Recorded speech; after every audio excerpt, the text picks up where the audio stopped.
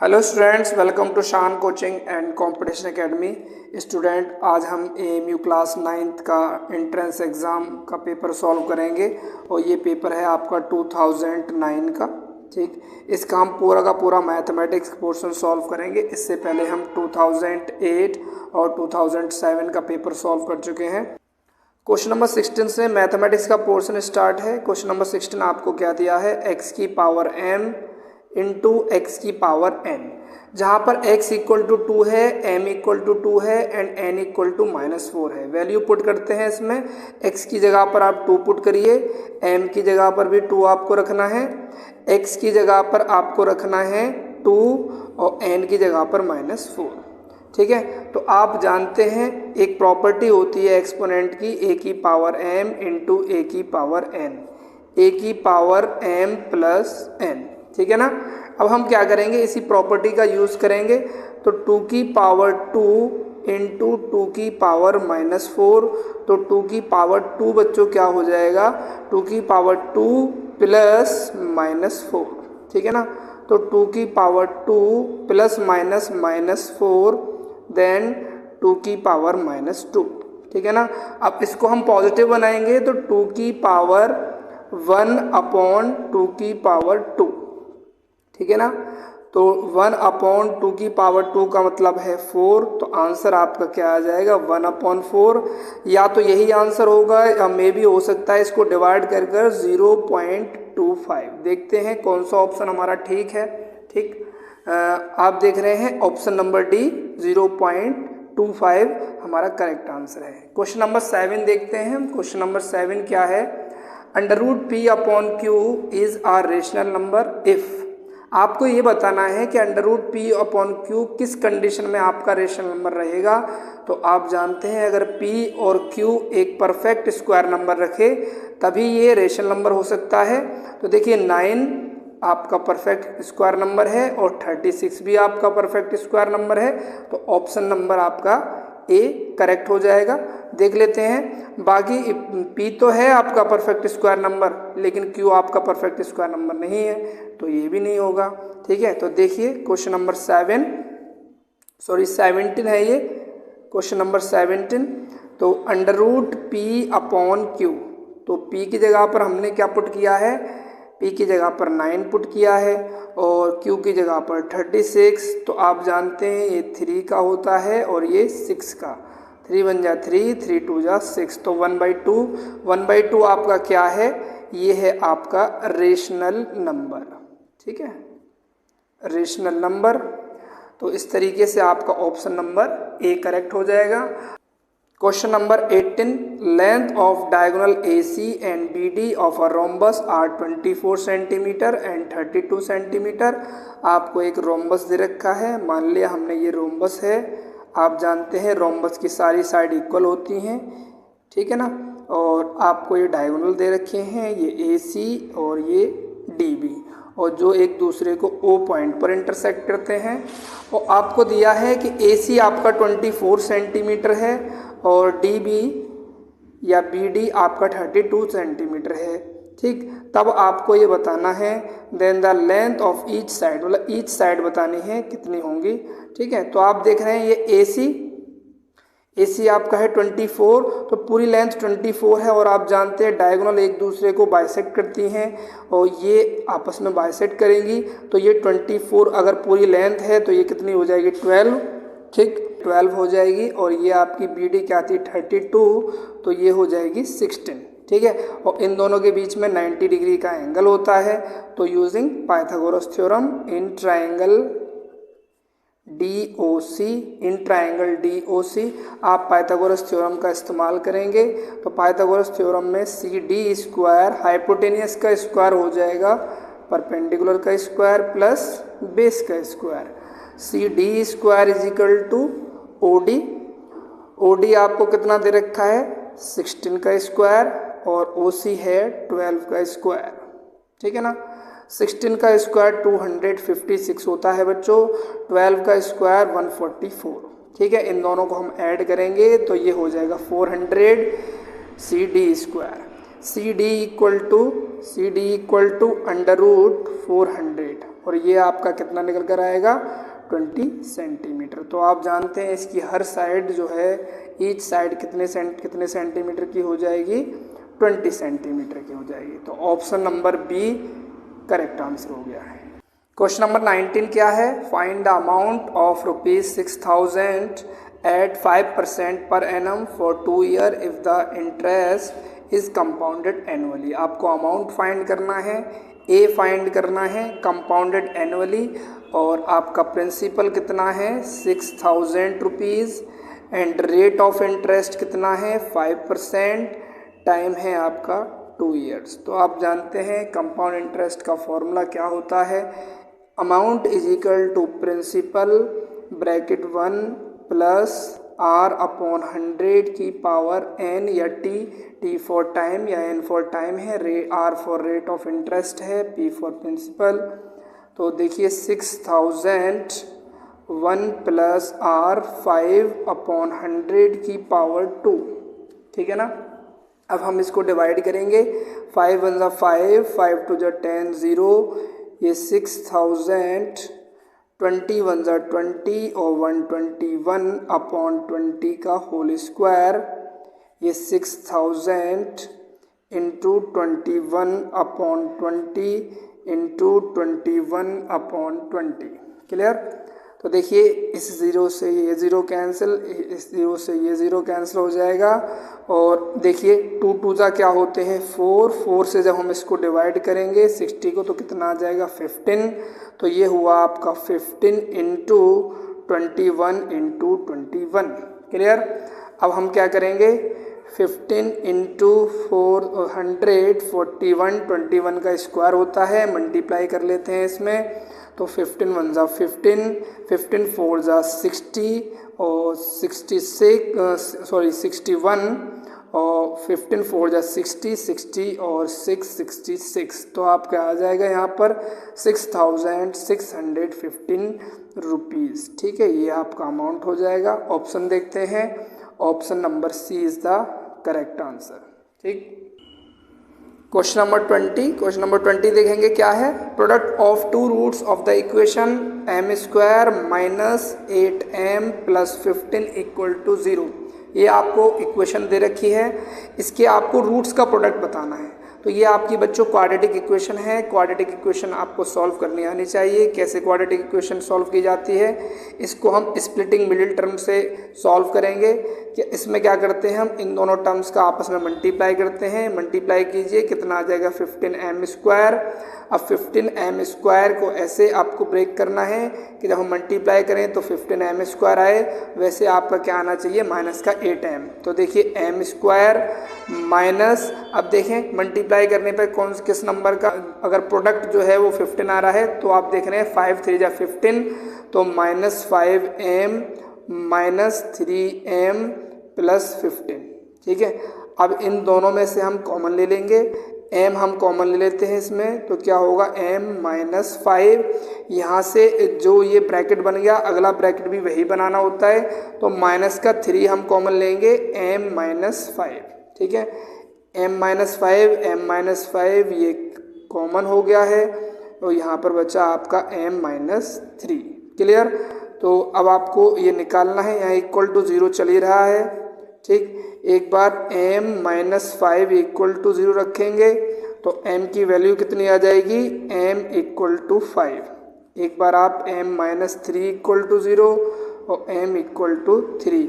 अब ये दो रूट्स निकल कर आए हैं इसके, इन दोनों का आपको प्रोडक्ट बताना है। तो देखिए प्रोडक्ट क्या होगा, 5 × 3, 5 3 जा 15। देखते हैं कौन सा ऑप्शन है, तो option number B. Clear. Question number 21 देखते हैं। क्वेश्चन नंबर 21 ये है स्क्वायर रूट ऑफ 12.25।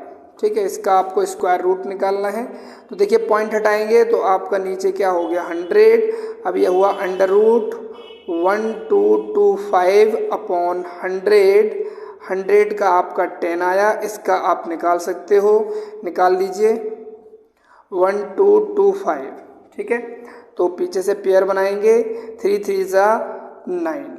ठीक है, 3 + 3 कितना हो जाएगा 6, इसमें से माइनस करेंगे कितना आएगा 325, पेयर उतारेंगे, यहाँ पर आपको एक ऐसा नंबर रखना है और उसी का मल्टीप्लाई, तो 5 रखेंगे, 5 5 ज़ा 25 का 5 कैरी 2, 5 6 ज़ा 30 और 2 32, जो नंबर आपने यहाँ रखा वही यहाँ पर भी रखा जाएगा। तो ये हो गया आपका 35, ठीक है ना। तो ये हुआ 35/10, तो ये होगा 3.5। क्लियर। तो 3.5 देखते हैं कौन सा है, ऑप्शन नंबर बी। 12.25 का जो स्क्वायर रूट आएगा वो आएगा आपका 3.5। क्वेश्चन नंबर 22, आ कॉपर वायर 36 मीटर लॉन्ग। माना कि हमने एक कॉपर वायर है जिसकी लेंथ, क्योंकि आप जानते हैं ये कॉपर वायर जो भी होते हैं वो सिलेंड्रिकल टाइप में होते हैं, तो इसकी लेंथ या फिर हाइट हमने कितनी मान ली है 36 मीटर, और इसका जो डायमीटर था वो कितना दे रखा है 2 मिलीमीटर, ठीक है। एंड इसको मेल्ट किया गया, इसको पिघलाया गया, इसको पिघलाकर हमने एक स्फीयर बना दिया है, तो इसकी आपको बताना है कि इसकी रेडियस क्या होगी, ठीक है ना। तो देखिए डायमीटर कितना दे रखा है 2 mm, ठीक है, तो रेडियस कितनी हो जाएगी 2/2 mm, इट मीन्स 1 mm। आप इसको सेंटीमीटर में कन्वर्ट कर लेंगे क्योंकि जितने भी आंसर हैं आपके ऑप्शन वो सेंटीमीटर में हैं, तो 1/10 सेंटीमीटर। क्लियर। अब हम क्या, हाइट आपको दे रखी है 36 मीटर, तो इस मीटर को आप फिर से सेंटीमीटर में कन्वर्ट करेंगे तो ये हो जाएगा 3600 सेंटीमीटर। क्लियर है। अब आप रेडियस फाइंड करेंगे। आप जानते हैं कि इसको पिघलाकर, इस वायर को पिघलाकर स्फीयर बना दिया गया है, तो इसका मतलब वॉल्यूम ऑफ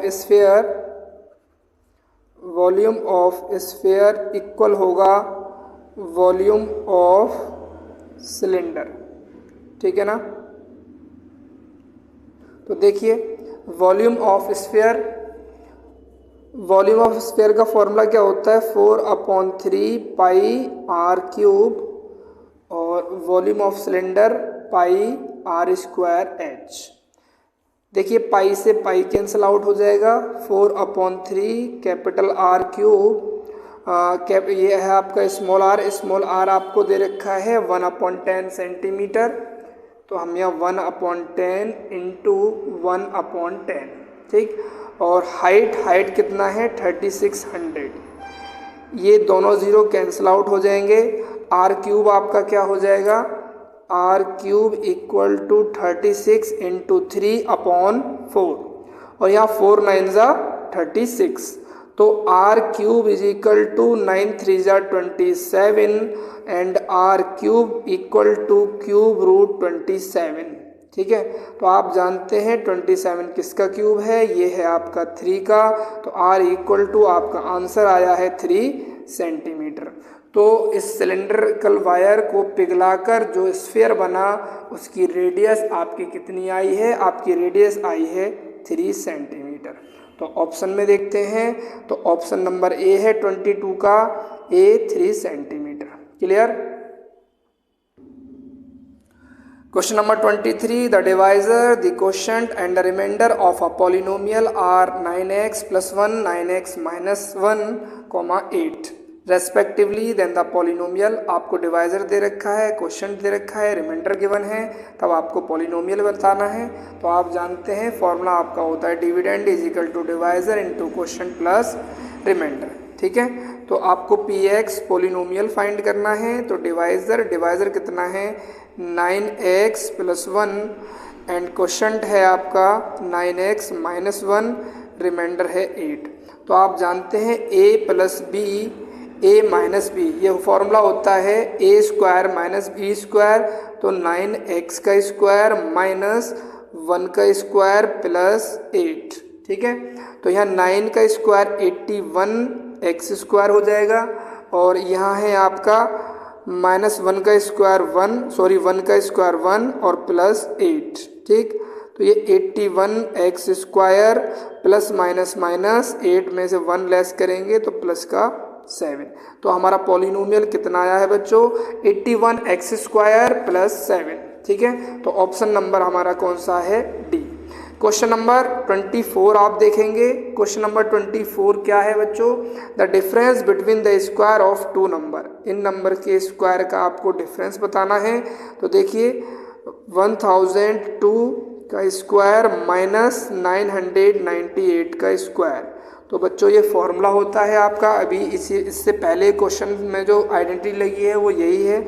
ये है A square minus B square equal to A plus B and A minus B. Clear?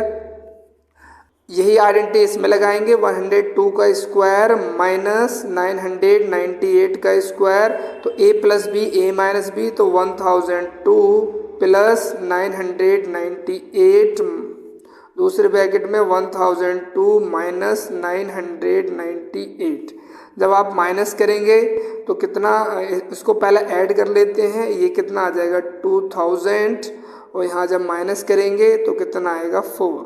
ठीक है, जब हम मल्टीप्लाई करेंगे अब इनका तो ये आ रहा है 8000। तो आंसर देखिए, और तो ये है आपका आंसर ए। ठीक।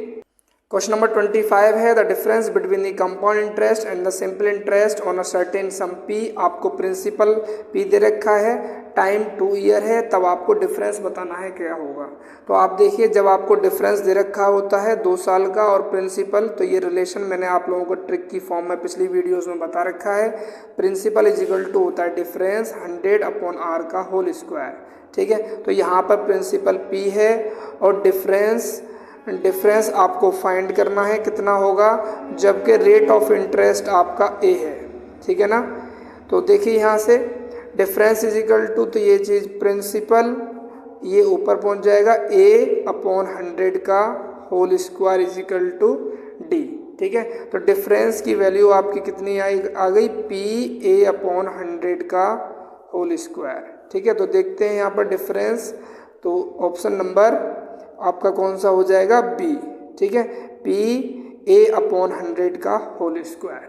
ठीक है ना, ये आपका ट्रिकी मेथड से है। हमने इससे पहले काफ़ी सारी वीडियोस बनाई हैं जिसमें हमने बहुत सारे ट्रिकी क्वेश्चंस कर रखे हैं। 26 है what is the value of x if 100 की पावर -2 इक्वल टू x की पावर 4। ठीक है, तो क्वेश्चन नंबर 26, 100 की पावर -2 इक्वल टू x की पावर 4। आप इसको क्या लिख सकते हैं? आप लिख सकते हैं 10 की पावर 2 की पावर -2 x की पावर 4। तो ये आप देख रहे हैं पावर के ऊपर पावर है तो ये आपस में मल्टीप्लाई हो जाएंगे, तो 10⁻⁴ इज इक्वल टू x की पावर 4। अब हम क्या करेंगे, इस पावर को पॉजिटिव बनाएंगे, जब भी हम कंपेयर करा सकते हैं। तो ये हो जाएगा 1/10 की पावर 4 x की पावर 4। ठीक है, अब ये कंपेयर हुआ तो x की वैल्यू कितनी आ गई 1/10। तो देखते हैं ऑप्शन क्या है, तो यहाँ 26 का option number C x/10। Question number 27, which of the following statement is true for the rectangle. आपको बताना है कि रेक्टेंगल के लिए कौन सा स्टेटमेंट करेक्ट है। तो ऑप्शन नंबर ए है it has all it's side of a equal length. इसमें सारी साइड बराबर होती हैं, ऐसा नहीं होता है, इसमें अपोजिट साइड बराबर होती हैं। पहला स्टेटमेंट गलत है। Its diagonal are perpendicular to each other, इसमें ये भी नहीं रहता, परपेंडिकुलर भी नहीं होती, इट्स डायगोनल आर इक्वल। तो ऑप्शन नंबर सी केवल सही है, इसकी डायगोनल बराबर होती हैं। ठीक, क्वेश्चन नंबर 28 इंपॉर्टेंट क्वेश्चन है। क्वेश्चन नंबर 28 अक्सर ये एग्जाम में रिपीट होता रहता है। A chord of a circle of length 6 centimetre and is at a distance of 4 centimetre from the centre. आप देख, एक सर्कल है, हमने सर्कल बनाया और इसकी एक कॉर्ड दे रखी है जिसकी लेंथ 6 सेंटीमीटर है, जो कि सेंटर से कितने डिस्टेंस पर है, 4 सेंटीमीटर के डिस्टेंस पर है। Find the radius of the circle, आपको सर्कल की रेडियस बतानी है। हमने माना सर्कल का सेंटर O, AB कॉर्ड है, ठीक है, C एक पॉइंट है जिस पर perpendicular from the centre bisect the chord. अब हम इससे परपेंडिकुलर डालते हैं तो ये कॉर्ड को बाइसेक्ट करती है, तो ये आपका 2 पार्टों में डिवाइड हो जाएगा, ये हो जाएगा 3, ये 4 है, तो ये एक राइट ट्रायंगल बन जाएगा जिसमें हम हाइपोटेनस को फाइंड कर लेंगे बाय पाइथागोरस थ्योरम। ठीक है, तो हम देखते हैं इन ट्रायंगल ACO, C आपका 90 डिग्री है, तो देखेंगे ओ ए का square equal to A C square plus O C square. O A square, A C कितना है, ए सी है 3, 3 का स्क्वायर, और ओ सी है 4, 4 का स्क्वायर, 3 3 या 9, 4 4 या 16, 9 plus 16 25। O A square is equal to 25। ठीक है, अब हम क्या करेंगे, ओ ए की वैल्यू निकालेंगे। ओ ए इक्वल टू √25, देन ओ ए की वैल्यू आपकी आ जाएगी 5। क्लियर है, ओ ए इक्वल टू 5। तो देखेंगे O A equal to 5 centimetre, 28 का ऑप्शन नंबर ए। क्लियर है। In a given figure A O B is 90 degree. तो देखिए ए ओ बी आपका 90 डिग्री है, एंड बी ओ सी ये 110 डिग्री है। Where O is the centre, O centre है, हमने बना लिया है। Then angle A B C, आपको ये वाला एंगल फाइंड करना है। तो पहले अगर आपने सेंटर एंगल फाइंड कर लिया तो ये एंगल इसका हाफ हो जाएगा अकॉर्डिंग टू थ्योरम। ठीक है ना। तो हम पहले angle A O C find करेंगे। तो आप जानते हैं कि angle A O B plus angle B O C plus angle A O C equal to 360 degree. Complete angle बन रहा है, इसलिए इन सब का सम 360 आ जाएगा। ए ओ बी कितना है, 90 डिग्री, और B O C 110 degree plus A O C equal to 360 degree. इन दोनों को ऐड करेंगे तो ये हो जाएगा 200 degree plus angle A O C equal to 360 degree. Angle A O C equal to 360 degree minus 200 degree, angle A O C कितना आ जाएगा, 160 डिग्री। अब आप जानते हैं, थ्योरम को मैंने पहले बता रखा है कि एंगल ए बी सी जो होगा, ठीक है, एंगल ए बी सी वो क्या होगा, एंगल ए ओ सी का हाफ हो जाएगा। तो 160 डिग्री अपॉन 2। ठीक है, तो हम डिवाइड करेंगे तो आंसर आपका कितना आ जाएगा, 80 डिग्री। ठीक है ना। तो आप देख रहे हैं 29 का बी 80 डिग्री। क्वेश्चन नंबर 30 हम देखते हैं। क्वेश्चन नंबर 30 क्या है, following are the ages of 10 teachers in a school. एक स्कूल के 10 टीचर हैं जिनकी एजेस आपको दे रखी है। What is the range of the following ages of the teacher. Range आपको बतानी है क्या होगी। तो किसी भी डाटा की रेंज का फॉर्मूला क्या होता है, रेंज ऑफ द डाटा क्या होगा formula, highest value minus lowest value. ठीक है, तो देखेंगे यहाँ पर सबसे मैक्सिमम एज किसकी है। तो आप देख रहे हैं यहाँ पर 40, 38, 26, 35, 54। तो हाईएस्ट वैल्यू है यहाँ पर 54 और लोएस्ट 32, 41, 28 और यहाँ 35, 26, 33, 38। तो ये कितना है 26। अब माइनस करेंगे हम 26, माइनस कर दीजिए 14 में से 6 को माइनस करेंगे हम, कितना आ जाएगा 8, और यहाँ कितना बचेगा 4 - 2, 28 क्या आ जाएगी रेंज ऑफ द डाटा। तो स्टूडेंट्स हमने 2009 का पूरा मैथ्स का पोर्शन सॉल्व किया है। आई होप आपको क्वेश्चन समझ में आए होंगे। अगर कोई आपको प्रॉब्लम है तो आप कमेंट में लिख सकते हैं, और हमारे चैनल को प्लीज़ सब्सक्राइब करिए, हमारी वीडियो को लाइक करिए, और ज़्यादा से ज़्यादा स्टडी रिलेटेड ग्रुप्स में इसको शेयर कीजिए। Thank you so much.